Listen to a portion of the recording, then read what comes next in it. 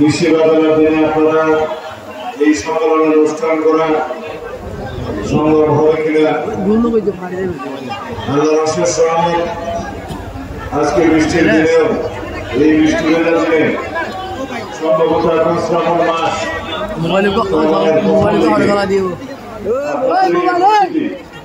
আমাদেরকে বিমোহিত করেছে। সারা বাংলাদেশের জাতীয়তাবাদী পরিবারকে উৎসাহিত করেছে।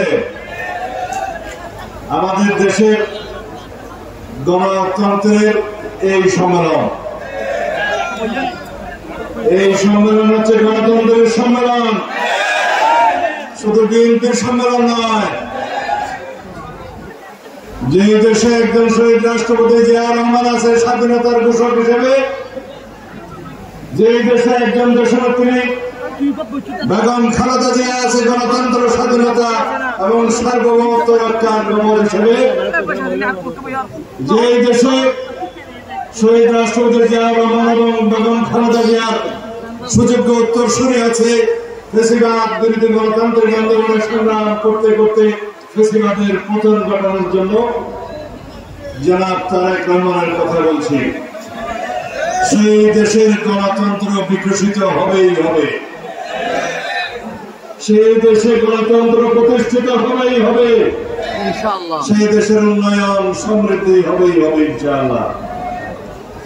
আমরা চকরিয়া উপজেলার এই সম্মেলন দীর্ঘ অনেক বছর পরে এইভাবে এই পরিবেশে করার জন্য সুযোগ পেয়েছি। এখন বৃষ্টি হয়ে যায় এই দিনের মধ্যেও এই সম্মেলন নজির স্থাপন করেছে বাংলাদেশের গণতন্ত্রের ইতিহাসে। বিগত অনেক বছর স্বৈরাচারী শেখ হাসিনা ফ্যাসিস্ট শাসন আমলে আমরা কোন একটা মিলনায়তন সম্মেলন করার সুযোগ পাইনি। পুলিশি বাধা, বিভিন্ন রকম নিষেধাজ্ঞার কারণে, ভয় ভীতির কারণে আমরা উন্মুক্ত পরিবেশে রাজনীতি করার সুযোগ পাইনি। রাজনীতি বন্দী ছিল কারাগারে, রাজনীতি নির্বাসিত ছিল লন্ডনে, রাজনীতি নির্বাসিত ছিল শিলংয়ে। দেশের রাজনীতি নিয়ে বাংলাদেশ এবং বাংলাদেশের বাইরে কয়েকটি শিবির এদেশের গণতন্ত্রহীনতা এবং বিরাজনীতিকরণের জন্য চেষ্টা করেছে।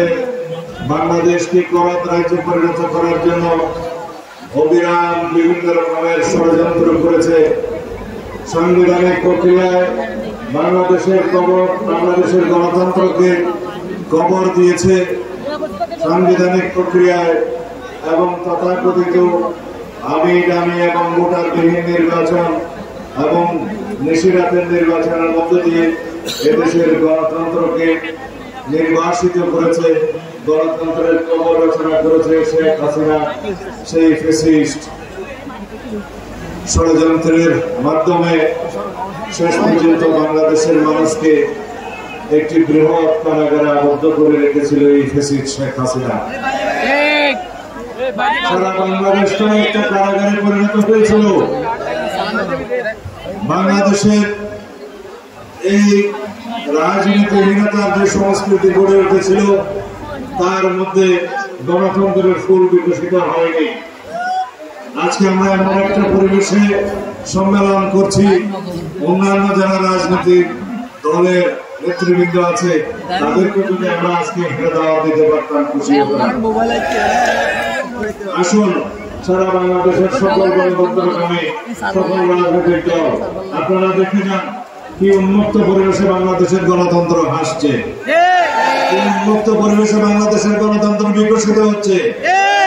আমরা আলাপ আলোচনা করব, আমাদের মধ্যে ভিন্নমত থাকবে, কিন্তু আলাপ আলোচনার মধ্য দিয়ে আমরা গণতন্ত্রকে শক্তিশালী করব, গণতান্ত্রিক যাত্রাপথে আমরা হাঁটবো এবং গণতন্ত্রকে শক্তিশালী করার মধ্য দিয়ে এই দেশকে একটি সমৃদ্ধ দেশে পরিণত করব।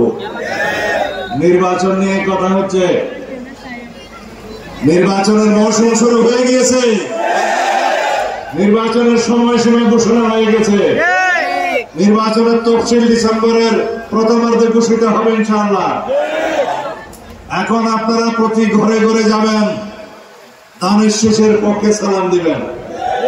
কেউ কেউ বক্তৃতা দিয়েছে এখানে আমার চাইতে বেশি জনপ্রিয় আমার বউ, তাহলে আমার নির্বাচন করার দরকার নাই, যে জিতবে তাকে নির্বাচন করতে হবে ইনশাআল্লাহ। আরো বলেছে যদি আমার সন্তান আসে তারাও নাকি বেশি ভোট পাবে, কিন্তু এটা গণতন্ত্রের ভাষা না। গণতন্ত্রের ভাষা হচ্ছে মানুষ যাকে পছন্দ করবে প্রার্থী হিসেবে সে নির্বাচন করবে, মানুষ যাকে পছন্দ করে ভোট দিবে সে নির্বাচিত হবে। আপনাদের সন্তানের বউ হিসাবে আপনারা খুব দুঃসময়ে 2008 সালে আপনাদের পুত্রবধূকে আপনারা আমার চাইতেও বেশি ভোট দিয়ে জাতীয় সংসদে নির্বাচিত করেছেন। সেই কৃতজ্ঞতা, সেই ঋণ আমরা সারা জীবন স্বীকার করি। গণতন্ত্রের ভাষা হচ্ছে মানুষ যাকে ভোট দিবে সেই এমপি নির্বাচিত হবে। পিআর এর ভাষা হচ্ছে মার্কার মধ্যে ভোট দিবে কে এমপি হবে জানে না। সেই পিআর তো বাংলাদেশের মানুষ গ্রহণ করে নাই। কেউ কেউ এই পিআর পিআর বলে এখনো গলা ধরাচ্ছে। উদ্দেশ্য কিন্তু পিআর না, উদ্দেশ্য হচ্ছে পিআর পিআর করে যদি কিছু পায়। যাই হোক, আমরা আলাপ আলোচনা করবো। যে সমস্ত ভাইয়েরা, যে সমস্ত রাজনৈতিক দলেরা পিআর পিআর করে আপনারা হয়রান পেরেশান হয়ে যাচ্ছেন, আসুন আলাপ আলোচনা করি। আপনাদের কি দাবি দেওয়া আছে সে সমস্ত আমরা শুনবো এবং আমরা গণতন্ত্রকে প্রতিষ্ঠা করব। অধিকার আদায়ের জন্য, কথা বলার জন্য, সমাবেশের অধিকারের জন্য, এই মানুষের কথা বলার অধিকার প্রতিষ্ঠার জন্য এটা আমরা সংগ্রাম করেছি, রক্ত দিয়েছে।